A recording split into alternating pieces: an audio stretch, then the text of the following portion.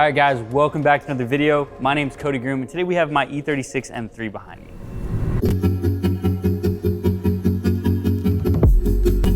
I was never actually interested in the E36 M3. It's a little bit before my time. I was born in '93, and this is in '97, and it was one of those things like I didn't grow up with looking at the E36, I grew up looking at the E46. These cars randomly caught my eye, and after about a week of looking, I found one on Craigslist. It was pretty rough, $5,000.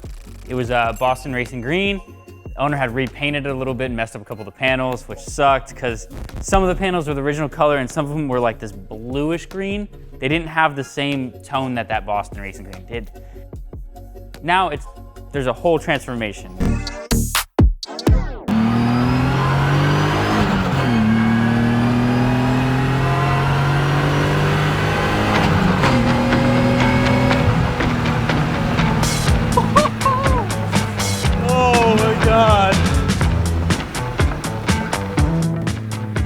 When I originally bought this car, I bought it to be a drift car. I bought it to be a car that we could go and just kind of hammer on.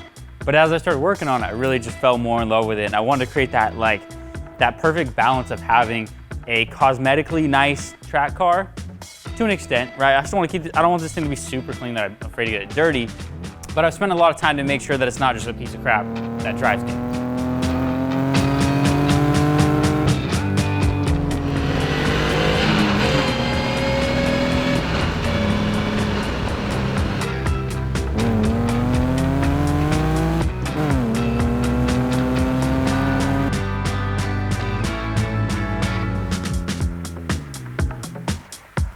The whole point was I wanted to build the drift car in a week. So we had a week up in Sonoma to build this car.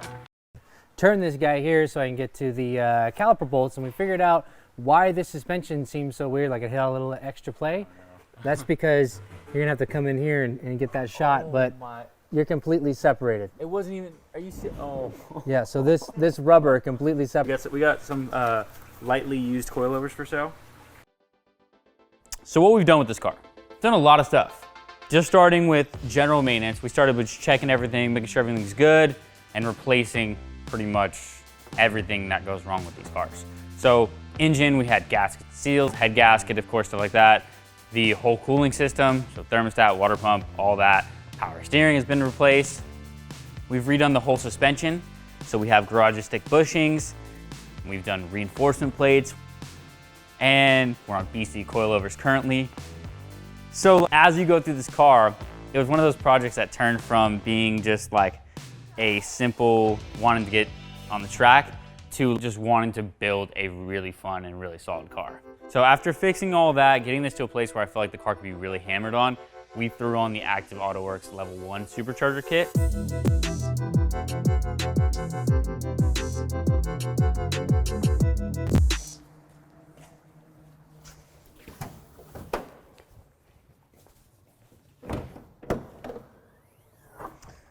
All right, let's talk about this engine.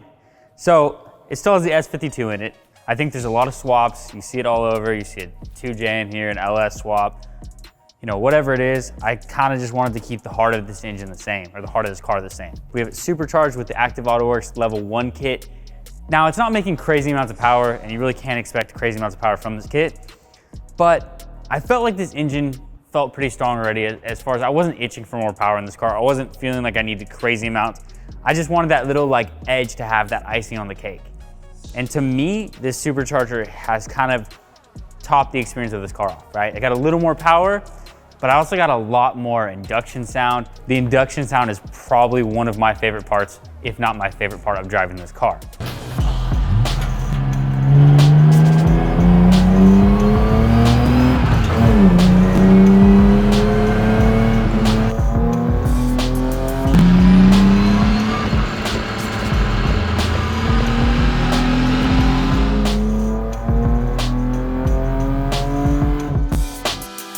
So, the install for it. This wasn't necessarily a crazy install to put this on.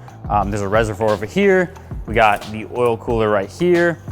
And then the actual supercharger. We run all the piping. The intake is down here. And then really, other than that, we have a tune, So it's kind of just assembling stuff. There's not really anything crazy that needs to come apart. So I guess for the price and the ease of install, this induction noise and the power that it makes now is really just that, like I said, it's the icing on the cake for me. It's that thing that just pushed it to that little bit where I really enjoy it.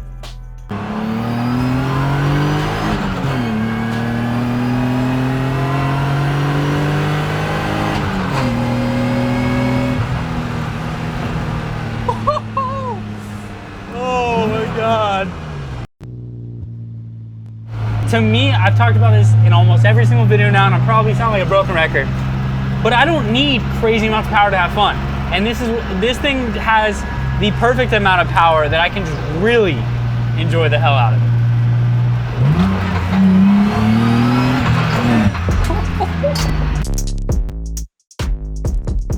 I think my favorite part of this car has to be just like how engaging this thing is.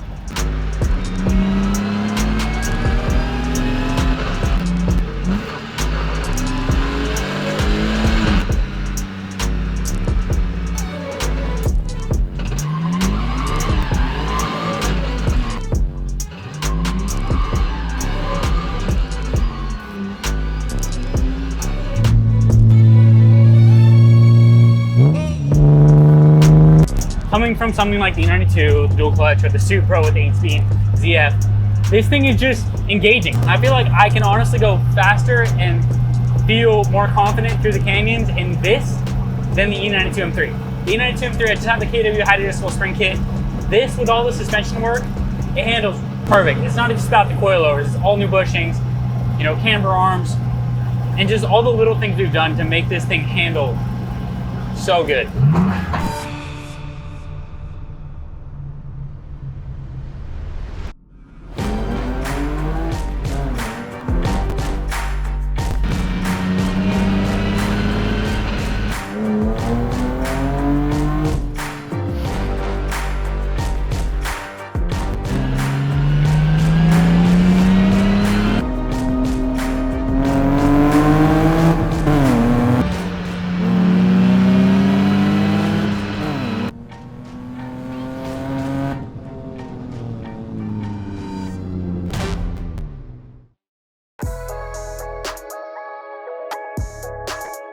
So with the interior of this car, it's fully gutted. We have some different door panels that need to be put on that aren't completely there.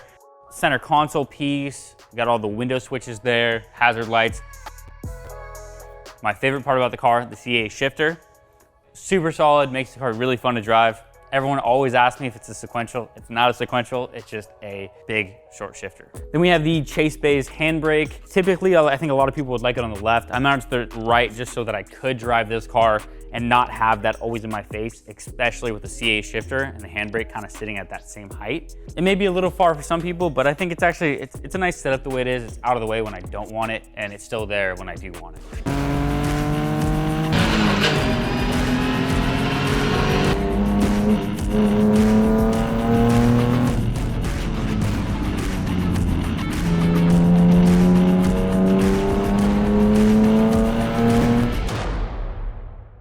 We got a lot of little green accents throughout. We got the green door pulls, the CA shifter at the top, and of course the whole interior is still the stock color, which I think is kind of cool. It still has that, like, we have that purple and green theme going right here, but you don't really see it until you're inside the car.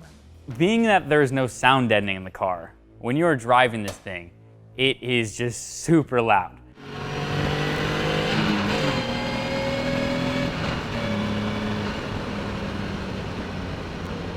As far as seats, we got Sparco Evo up front. We got the Sparco Circuit in the back that you can see. I personally like having the Evo in there and not having, you know, the Honda support to be in the way.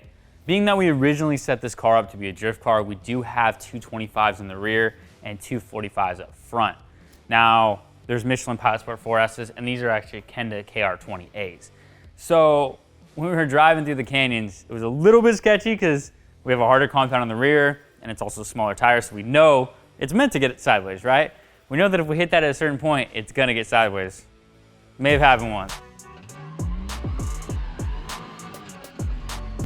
So these are Apex Arc 8s in 17.9 plus 30 all around. I did want to go hyper silver, but being that this was set up for a track car, I just figured satin black was a better look. There's a lot of little black components all around the car, and then with the midnight purple wrap, it does kind of tie that black and purple theme throughout with those hints of greens inside.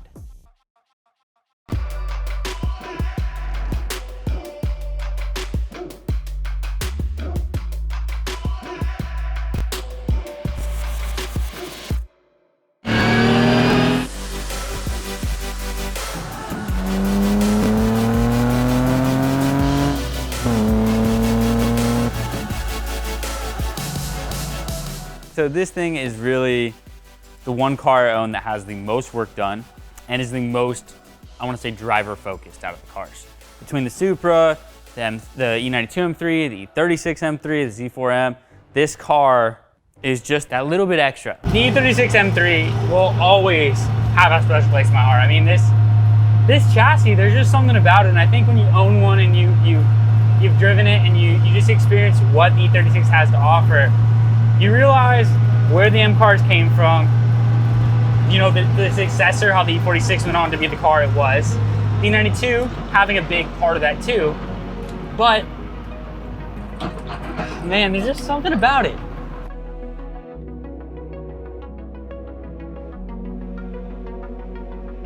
I love to be on the edge of my seat. I love to feel like I'm just having the time of my life. The world disappears around me and I can just enjoy it. I can just enjoy where I'm at in the present moment.